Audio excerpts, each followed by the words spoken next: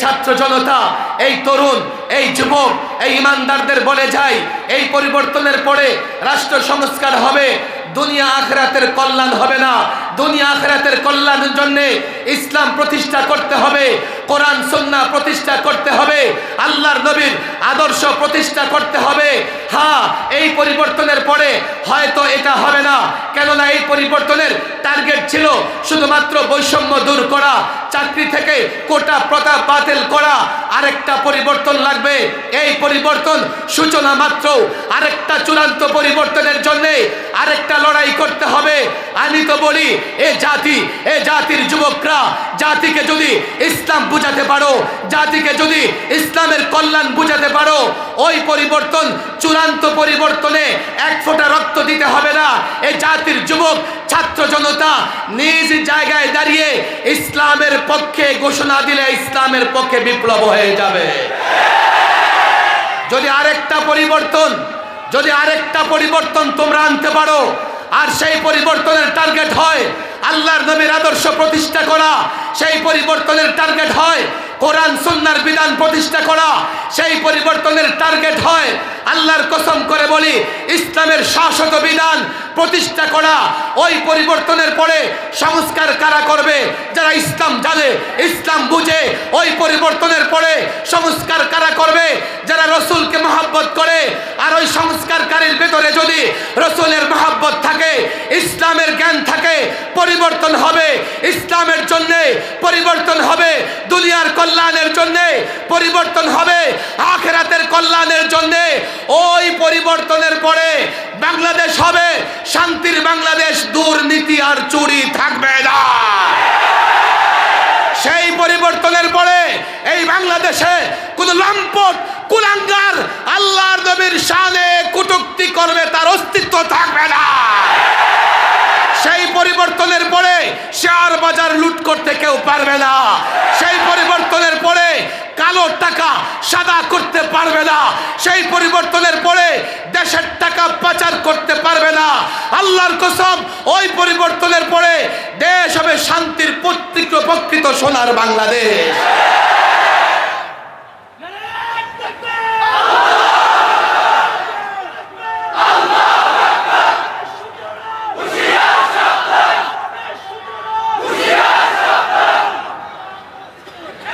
কথা বুঝবার চেষ্টা করেন, ভয় আর ভীতি নাই, এগুলো ছিল 16 বছর। এখন আর ভয় ভীতি পরোয়া করার সুযোগ নাই। যতই ষড়যন্ত্র করো, আগে বলেছে জয় বাংলা, এখন বলে জয় শ্রীরাম।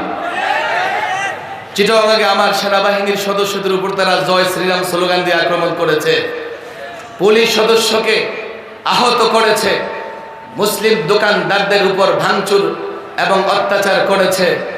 এখন ওই জয় বাংলার স্লোগান চেঞ্জ করে জয় শ্রীরাম স্লোগান দিয়ে সাম্প্রদায়িক দাঙ্গা লাগাবে, আমরা তা বাংলাদেশে হতে দেব না।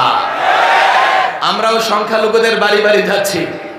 আমরা তাদের শুধুমাত্র মন্দির পাহারা দিয়েছি এমন না, আমরা তাদেরকে নিরাপত্তা দিয়েছি। 2-4 জন বিচ্ছিন্নতাবাদীরা যদি সংখ্যালঘুর বেশ ধরে দেশে বিশৃঙ্খলা সৃষ্টির চেষ্টা করে, এই জাতির সূর্য সন্তানেরা তাদের দাঁত ভাঙা জবাব দেবে। এই ভয় তারা দেখাতে চায় যে আপনাদের বাংলাদেশে সংখ্যালঘু নির্যাতন করে একটা পরিস্থিতি তৈরি করব, তো শ্বশুর বাড়ির লোকেরা এসে তাদের সহযোগিতা করবে। থাকো শ্বশুর বাড়িতে দীর্ঘদিন থাকো, তোমরাই তো বলেছো স্বামী স্ত্রীর সম্পর্ক, দরকার কি আসার? এই দেশের সাথে সম্পর্ক ছিন্ন করে ওদিকেই থাকো। আসার যদি চেষ্টা করো, জাতি কতটা আপ্যায়ন করবে তুমি কিন্তু ভাবতেও পারতেছো না। নির্ভয়ে বলি, ইসলাম ফোবিয়া নয়, ইসলামের ভয় নয়। জাতিকে বুঝাও, জাতির যুবককে বুঝাও ইসলাম কল্যাণের, ইসলাম ইনসাফের, ইসলাম ন্যায়ের, ইসলাম সাম্যের। ইসলাম ছাড়া শান্তি আসবে না। ইসলাম ফোবিয়ায় পশ্চিমারা ভোগে, তারা জঙ্গিবাদ, উগ্রবাদ, সন্ত্রাসবাদের স্লোগান দিয়ে ইসলাম ধ্বংস করতে চায়। তুমি মুসলমানের সন্তান, তোমার ভয় কিসের? ইসলামের স্লোগান দাও। ইসলামের নামে গোটা পৃথিবী 1000 বছর শাসিত হয়েছে। আবারও ইসলাম ধরো, ইসলাম মানো। 56,000 বর্গ মাইলের বাংলাদেশ নয় গোটা পৃথিবী শাসন করতে পারবে।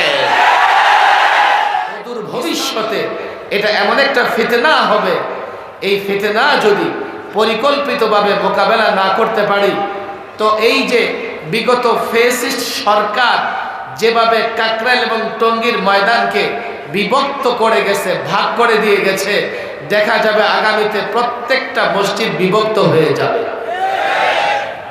আমি জানি না আপনাদের কষ্ট হচ্ছে কিনা, কথাগুলো একটু মনোযোগ দিয়ে শোনেন। হাসিনা সরকারের আমলে কাকরাইলের দুই গ্রুপ হয়ে ঝামেলা হলো। কাকরাইল পরিচালনায় মতানৈক্য হলো। কি করলেন? এক মন্ত্রী কাকরাইলকে ভাগ করে দিল, এরপরে টঙ্গীর ময়দানকেও ভাগ করে দিল। আমার দিকে তাকান, কোন মসজিদে যদি মসজিদ পরিচালনায় গন্ডগোল তৈরি হয় কি করা উচিত? গন্ডগোল নিরসন করা উচিত না মসজিদ ভাগ করে দেওয়া উচিত? ফেসিবাদীরা দাওয়াতুত তাবলীগের কাজকে নষ্ট করবার জন্য পরিকল্পিতভাবে কাকরাইলকে দু টুকরা করে দিয়েছে। আরে তোমাদের বিচার সালিশ কি বলে? যে 6 জন শুরা সদস্য কাকরাইল এবং ইজতেমা পরিচালনা করত, তারা বসে একটা সিদ্ধান্ত দিবে। তোমরা তো গণতন্ত্র পূজারী, যদি মনে করো অধিকাংশ যেদিকে সিদ্ধান্ত সেদিকে যাবে, এই 6 জনের মধ্যে 4 জন হচ্ছে আলেমদের পক্ষে, তাহলে সিদ্ধান্ত তো আলেমদের পক্ষে যাওয়া উচিত।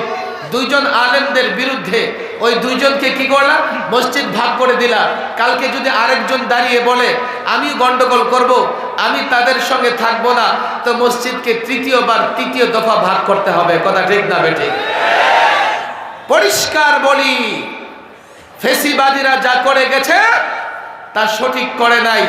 মসজিদ পরিচালনায় গন্ডগোল হলে মসজিদ ভাগ করা যায় না, মাদ্রাসা পরিচালনায় গন্ডগোল হলে মাদ্রাসা ভাগ করা যায় না, দেশ পরিচালনায় গন্ডগোল হলে দেশ ভাগ করা যাবে না। সুতরাং কাকরাইল একটাই থাকবে, ওলামাদের নেতৃত্বে কাকরাইল চলবে। ইজতেমা 2 দফা হবে বটে, ওলামাদের নেতৃত্বে হবে।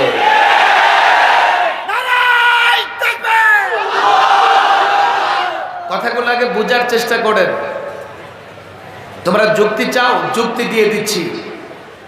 মারামারি করবা টঙ্গীর ইজতেমার ময়দানে, আগে যা করেছো, ময়দানে ঢুকে ছাত্রদের প্রহার করবা, মাথা ফাটাবা।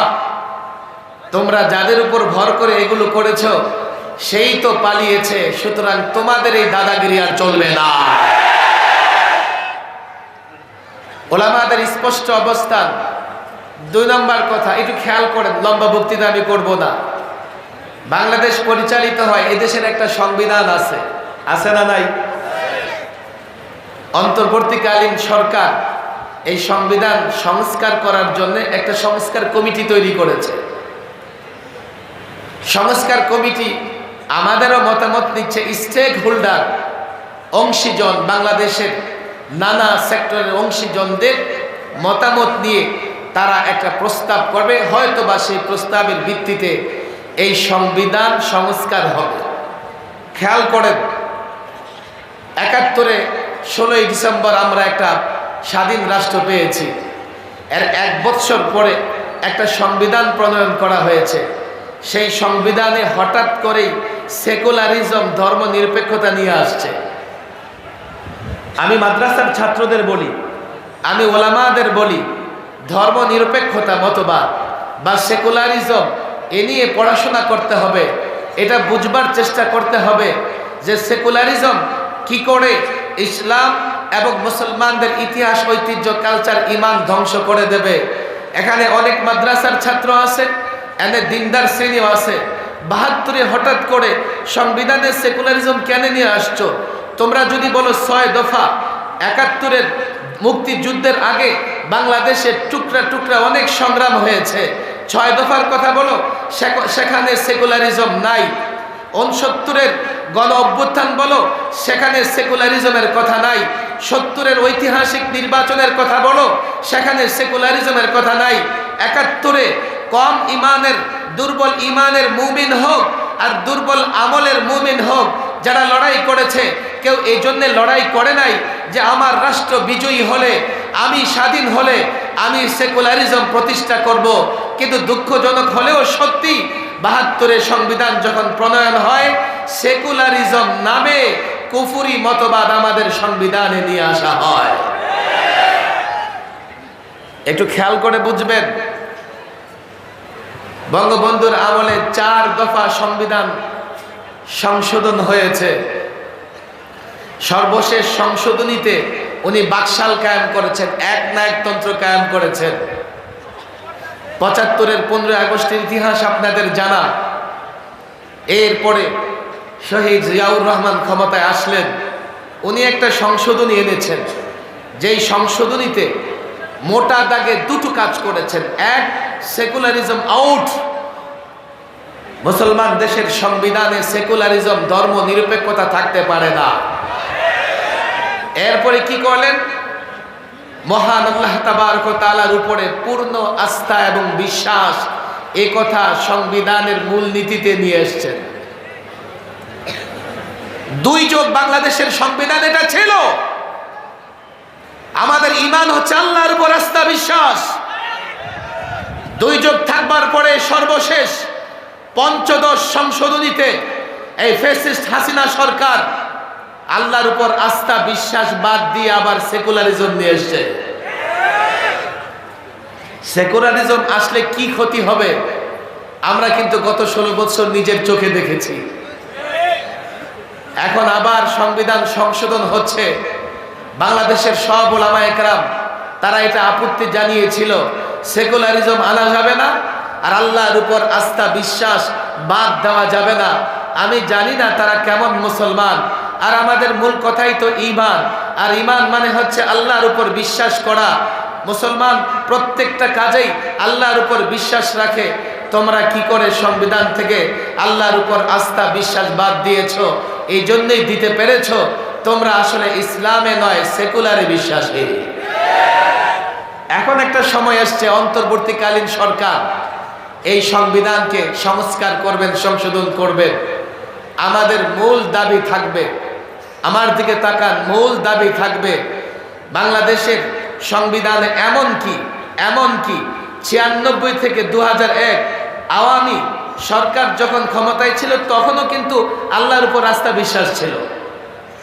এবার তারা ক্ষমতায় এসে 2011-তে পঞ্চদশ সংশোধনীর মাধ্যমে আল্লাহর উপর আস্থা বিশ্বাস তারা বাদ দিয়েছে, সেকুলারিজম নিয়ে এসছে, আবার নিয়ে এসছে সমাজতন্ত্র। এতটা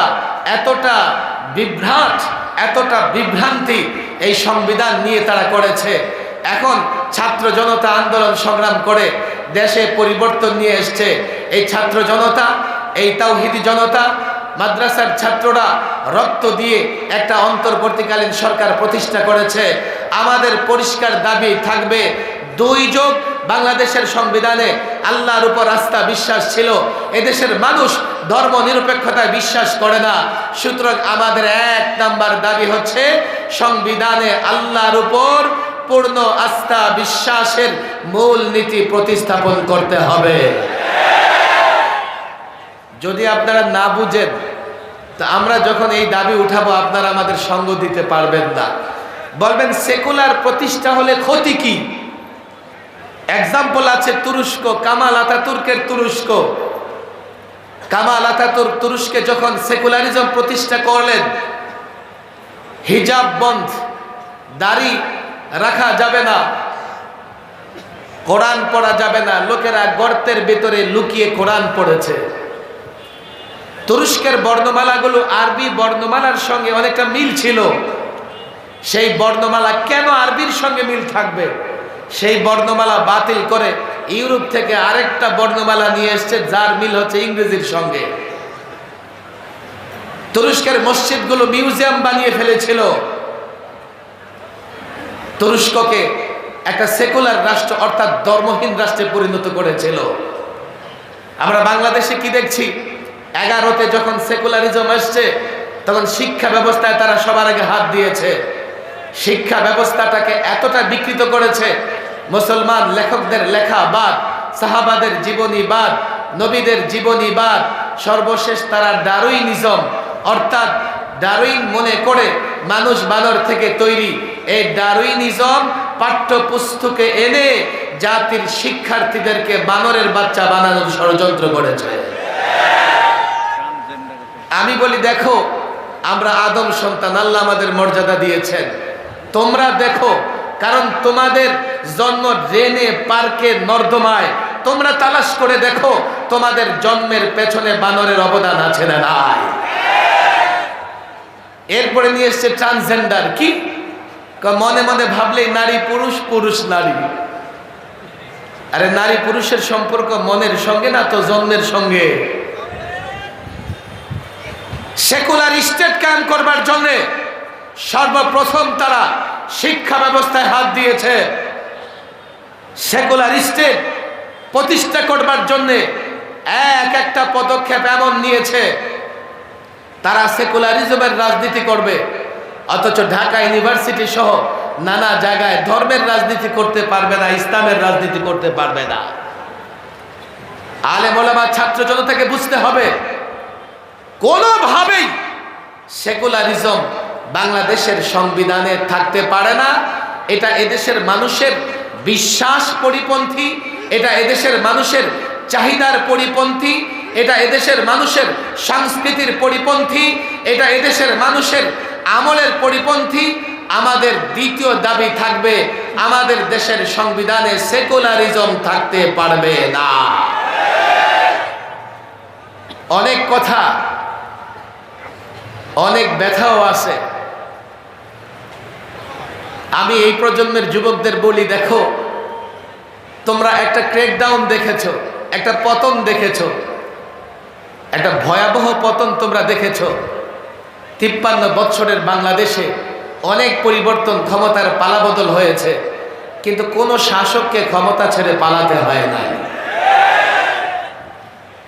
তিনি কেন পালিয়েছেন? অথচ ওনার একজন আছে, লোকেরা বলে কাউয়া, পালাবো না। এত দাম্ভিক, এত অহংকারী তারা ছিল।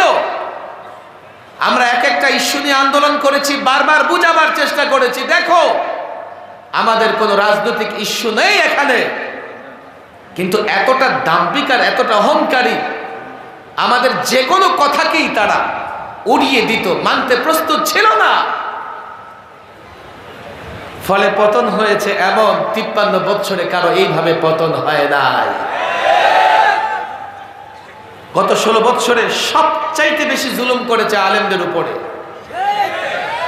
আমি এখনো অসুস্থ, লম্বা সময় বয়ান করতে পারি না। কেন জানেন?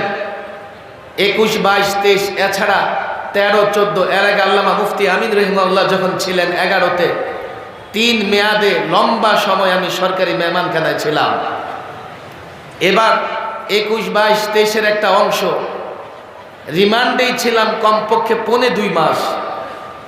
রিমান্ডে গায়ের কাপড় ছাড়া আর কিচ্ছু রাখতে দিত না, খালি ফ্লোরে, গায়ের কাপড়ে তো আপনি ঘুমাতে পারবেন না। যেই বোতল দিয়ে পানি পান করতাম, সেই বোতলটা মাথার নিচে দিয়ে 2.5 মাস ঘুমিয়েছি। আর মাঝে মধ্যে দেখেছি এই বোতলের রেখাগুলো মাথার মধ্যে বসে গেছে। জুলুম করেছ আলেমদের উপরে।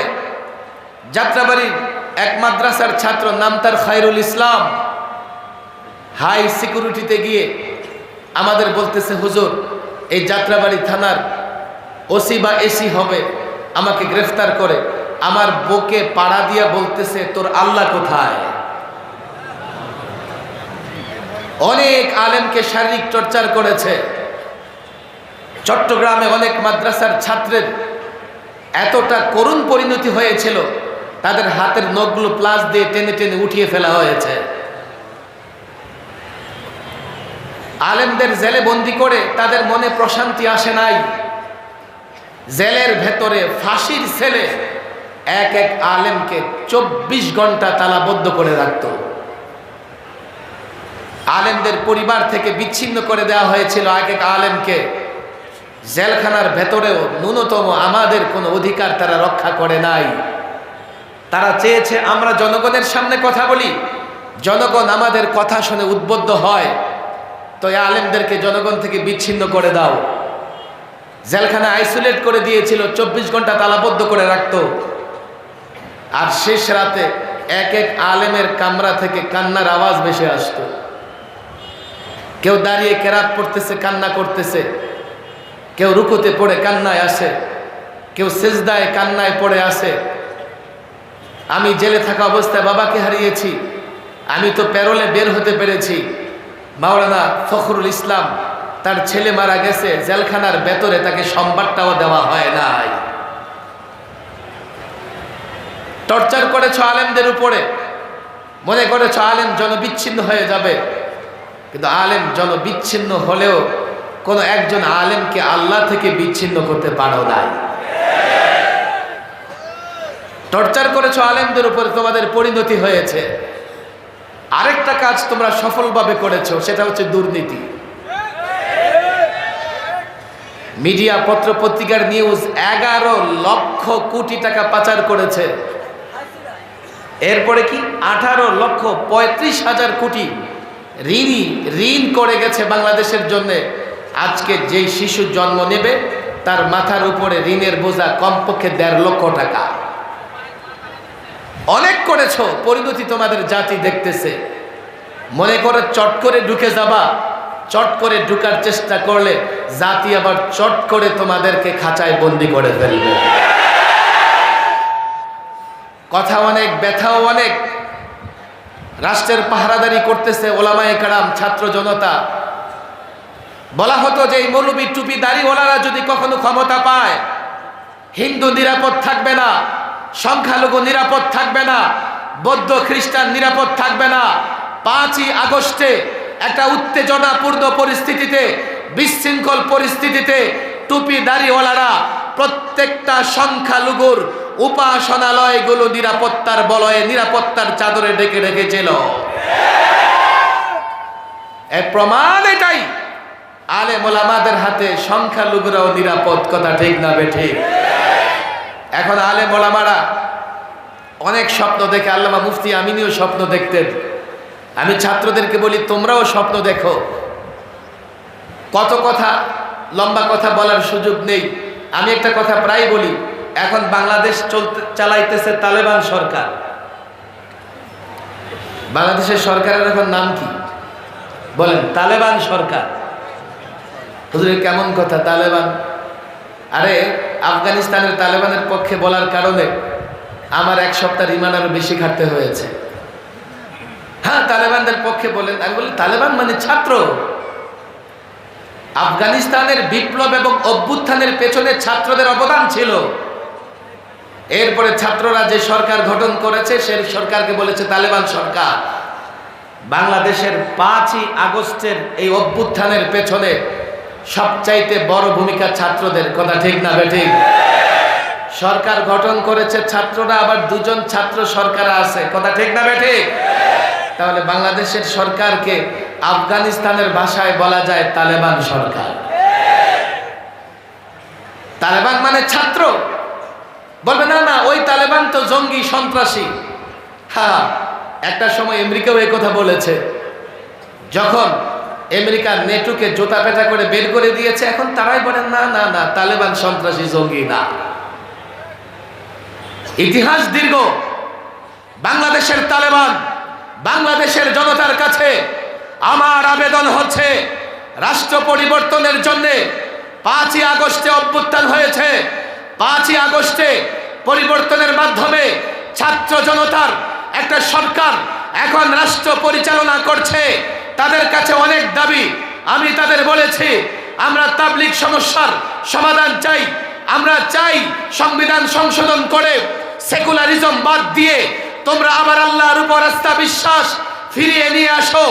আমরা আরেকটা জিনিস চাই, যে দলই নির্বাচনের আগে ইশতিহার ঘোষণা করে সেই দলের নেতা নেত্রী একটা কথা স্পষ্ট বলে, কি আমরা ক্ষমতায় গেলে কোরআন সুন্নাহর বিরুদ্ধে কিছু করব না।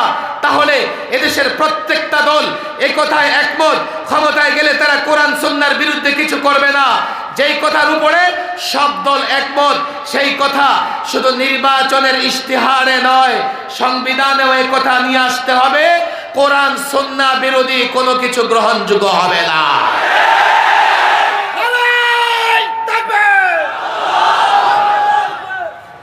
আমার কথাগুলো বুঝবার চেষ্টা করেন। 5ই আগস্টের পরিবর্তনের পরে তালেবান সরকার রাষ্ট্র পরিচালনা করছে, তাদের কাছে আমাদের এই দাবিগুলো স্পষ্ট। আরেকটা দাবিও আমরা তাদেরকে বলেছি, দেখো আমরা এটা আশা করতে পারি না যে এই সরকার কোরআন সুন্নাহর শাসন চালু করবে, তবে আমরা এতটুকু আশা করি যাতে এমন কোনো কাজ না করে যা কোরআন সুন্নাহর বিরুদ্ধে যায়। আমাদের আপত্তি তুলতে হয় এমন কোনো কাজ যেন তাদের দ্বারা না হয়। সংস্কার হচ্ছে নানা জায়গায়, আমাদের বক্তৃতা স্পষ্ট, কোথাও যেন আলেমদের আপত্তি জানাতে না হয়। আলেমরা কোথাও পদ চায় না, আলেমরা কোথাও পদবি চায় না, মর্যাদা চায় না। আল্লাহ এক এক আলেমকে 10 জন উপদেষ্টা, 10 জন মন্ত্রীর সমান সম্মান দিয়েছেন। আজকে এই মাখজানের প্রোগ্রামে তাকিয়ে দেখেন, এমন একটা প্রোগ্রাম করতে হলে বাংলাদেশের প্রধান বিরোধী দল কিংবা সরকারি দলের প্রধান নেতাকে লক্ষ কোটি টাকা খরচ করতে হবে। আজকে প্রোগ্রাম হচ্ছে হাজারো জনতা, খরচ তো নয় বরং মাদ্রাসার উল্টো লক্ষ টাকা আয় হবে। কথা ঠিক না বেঠিক? আমরা সম্মান মর্যাদা তোমাদের কাছে চাই না, আমরা একটাই দাবি জানিয়েছি, আমাদের যেন আপত্তি জানাতে না হয় এমন কোথাও সংস্কার করবেন না। তাদেরকে সে কথা বলেছি, কিন্তু আপনাদেরকে এই ছাত্র জনতা, এই তরুণ, এই যুবক, এই ইমানদারদের বলে যাই, এই পরিবর্তনের পরে রাষ্ট্র সংস্কার হবে, দুনিয়া আখিরাতের কল্যাণ হবে না। দুনিয়া আখিরাতের কল্যাণের জন্য ইসলাম প্রতিষ্ঠা করতে হবে, কোরআন সুন্নাহ প্রতিষ্ঠা করতে হবে, আল্লাহর নবীর আদর্শ প্রতিষ্ঠা করতে হবে। হ্যাঁ, এই পরিবর্তনের পরে হয়তো এটা হবে না, কেননা এই পরিবর্তনের টার্গেট ছিল শুধুমাত্র বৈষম্য দূর করা, চাকরি থেকে কোটা প্রথা বাতিল করা। আরেকটা পরিবর্তন লাগবে, এই পরিবর্তন সূচনা মাত্র। আরেকটা চূড়ান্ত পরিবর্তনের জন্য আরেকটা লড়াই করতে হবে। আমি তো বলি, এ জাতির যুবকরা, জাতিকে যদি ইসলাম বুঝাতে পারো, জাতিকে যদি ইসলামের কল্যাণ বুঝাতে পারো, ওই পরিবর্তন চূড়ান্ত পরিবর্তনে এক ফোঁটা রক্ত দিতে হবে না। এই জাতির যুবক ছাত্র জনতা নিজ জায়গায় দাঁড়িয়ে ইসলামের পক্ষে ঘোষণা দিলে ইসলামের পক্ষে বিপ্লব হয়ে যাবে। যদি আরেকটা পরিবর্তন তোমরা আনতে পারো, আর সেই পরিবর্তনের টার্গেট হয় আল্লাহর নবীর আদর্শ প্রতিষ্ঠা করা, সেই পরিবর্তনের টার্গেট হয় কোরআন সুন্নাহর বিধান প্রতিষ্ঠা করা, সেই পরিবর্তনের টার্গেট হয়, আল্লাহর কসম করে বলি, ইসলামের শাশ্বত বিধান প্রতিষ্ঠা করা। ওই পরিবর্তনের পরে সংস্কার কারা করবে? যারা ইসলাম জানে, ইসলাম বুঝে। ওই পরিবর্তনের পরে সংস্কার কারা করবে? যারা রসুলকে মহব্বত করে। আর ওই সংস্কারকারীর ভেতরে যদি রসুলের মহব্বত থাকে, ইসলামের জ্ঞান থাকে, পরিবর্তন হবে ইসলামের জন্য, পরিবর্তন হবে দুনিয়ার কল্যাণের জন্য, পরিবর্তন হবে আখিরাতের কল্যাণের জন্য। ওই পরিবর্তনের পরে বাংলাদেশ হবে শান্তির বাংলাদেশ, দুর্নীতি আর চুরি থাকবে না। সেই পরিবর্তনের পরে এই বাংলাদেশে কোন লম্পট কুলাঙ্গার আল্লাহর নবীর শানে কটূক্তি করবে, তার অস্তিত্ব থাকবে না। সেই পরিবর্তনের পরে শেয়ার বাজার লুট করতে কেউ পারবে না। সেই পরিবর্তনের পরে কালো টাকা সাদা করতে পারবে না। সেই পরিবর্তনের পরে দেশের টাকা পাচার করতে পারবে না। আল্লাহর কসম, ওই পরিবর্তনের পরে দেশ হবে শান্তির প্রকৃত সোনার বাংলাদেশ।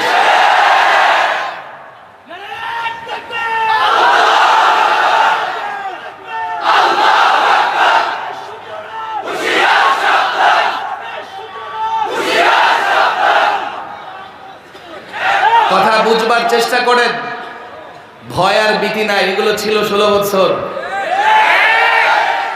এখন আর ভয় ভীতি পরোয়া করার সুযোগ নাই। যতই ষড়যন্ত্র করো, আগে বলেছে জয় বাংলা, এখন বলে জয় শ্রীরাম। চিটাগাঙে আমার সেনাবাহিনীর সদস্যদের উপর তারা জয় শ্রীরাম স্লোগান দিয়ে আক্রমণ করেছে, পুলিশ সদস্যকে আহত করেছে, মুসলিম দোকানদারদের উপর ভাঙচুর এবং অত্যাচার করেছে। এখন ওই জয় বাংলার স্লোগান চেঞ্জ করে জয় শ্রীরাম স্লোগান দিয়ে সাম্প্রদায়িক দাঙ্গা লাগাবে, আমরা তা বাংলাদেশে হতে দেব না। আমরাও সংখ্যালঘুদের বাড়ি বাড়ি যাচ্ছি, আমরা তাদের শুধুমাত্র মন্দির পাহারা দিয়েছি এমন না, আমরা তাদেরকে নিরাপত্তা দিয়েছি। 2-4 জন বিচ্ছিন্নতাবাদীরা যদি সংখ্যালঘুর বেশ ধরে দেশে বিশৃঙ্খলা সৃষ্টির চেষ্টা করে, এই জাতির সূর্য সন্তানেরা তাদের দাঁত ভাঙা জবাব দেবে। এই ভয় তারা দেখাতে চায় যে আপনাদের বাংলাদেশে সংখ্যালঘু নির্যাতন করে একটা পরিস্থিতি তৈরি করব, তো শ্বশুর বাড়ির লোকেরা এসে তাদের সহযোগিতা করবে। থাকো শ্বশুর বাড়িতে দীর্ঘদিন থাকো, তোমরাই তো বলেছো স্বামী স্ত্রীর সম্পর্ক, দরকার কি আসার? এই দেশের সাথে সম্পর্ক ছিন্ন করে ওদিকেই থাকো। আসার যদি চেষ্টা করো, জাতি কতটা আপ্যায়ন করবে তুমি কিন্তু ভাবতেও পারতেছো না। নির্ভয়ে বলি, ইসলাম ফোবিয়া নয়, ইসলামের ভয় নয়। জাতিকে বুঝাও, জাতির যুবককে বুঝাও ইসলাম কল্যাণের, ইসলাম ইনসাফের, ইসলাম ন্যায়ের, ইসলাম সাম্যের। ইসলাম ছাড়া শান্তি আসবে না। ইসলাম ফোবিয়ায় পশ্চিমারা ভোগে, তারা জঙ্গিবাদ, উগ্রবাদ, সন্ত্রাসবাদের স্লোগান দিয়ে ইসলাম ধ্বংস করতে চায়। তুমি মুসলমানের সন্তান, তোমার ভয় কিসের? ইসলামের স্লোগান দাও। ইসলামের নামে গোটা পৃথিবী হাজার বছর শাসিত হয়েছে, আবারও ইসলাম ধরো, ইসলাম মানো। 56,000 বর্গ মাইলের বাংলাদেশ নয়, গোটা পৃথিবী শাসন করতে পারবে। ইসলামই আমাদের শক্তি, ইসলামই আমাদের পাওয়ার। এই যুবকরা এটা বুঝে না, বলে ইসলাম ইসলাম করে আপনারা কি করেছেন? আমরা 1000 বছর বিশ্ব শাসন করেছি। বলে আমরা তো 53 বছর। হ্যাঁ, তোমরা 53 বছর বাংলাদেশ শাসন করেছো, তবে পশ্চিমাদের গোলামি করা ছাড়া 1 ঘন্টাও কাটাতে পারো না। কেউ পূর্বের, কেউ পশ্চিমের গোলামি করেছো, আর আমরা যতদিন ইসলাম দিয়ে পৃথিবী শাসন করেছি, পশ্চিমারা আমাদের সামনে নতজানু ছিল। এই প্রজন্মের যুবকরা ইতিহাস জানে না, তাদের অনেক প্রশ্ন, অনেক কথা তাদের ভেতরে। আমি মাঝে মধ্যে তাদেরকে বলি, দেখো তোমার হাতে যে অ্যান্ড্রয়েড ফোন আছে, অ্যান্ড্রয়েড ফোনে মিস্টার গুগলকে তোমরা গিয়ে জিজ্ঞেস করবে একটা কথা।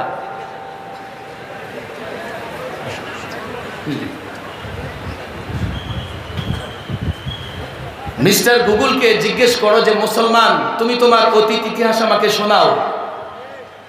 মিস্টার গুগল বলবে, তুমি তো ওই মুসলমান, তোমার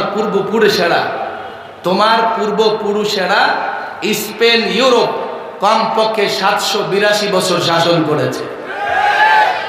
মাঝে মধ্যে দেখবেন কসাই মুদি তার বাহিনী হুমকি দেয় মুসলমানদের, তারাও বাংলাদেশি, তারাও। আরে দিল্লিরা, শুধু দিল্লি নয়, ভারতবর্ষে 10 ভাগের নিচে মুসলমান, অথচ মোগলরা 400 বছর শাসন করেছে। তুমি যদি সংখ্যার বিবেচনায় এই কথা বলে থাকো, তাতেও এখনো 35 কোটি আছে, তুমি তারা বা কি করে? অনেক ব্যথা ভাই, অনেক কথা, লম্বা বক্তৃতা আমি করবো না। দেখেন 11তে নির্যাতনের আরো একটা বড় কারণ ছিল কি জানেন? আমাদের বারবার বলা হয়েছে নরেন্দ্র মোদীকে স্বাগত জানান। আর বলা কেন? সে রাষ্ট্রীয় অতিথি, একটা রাষ্ট্রের প্রধানমন্ত্রী, তাকে স্বাগত জানাবেন না? আমি বলেছি দেখো, আমি তাকে স্বাগত জানাতে পারবো না। কেন?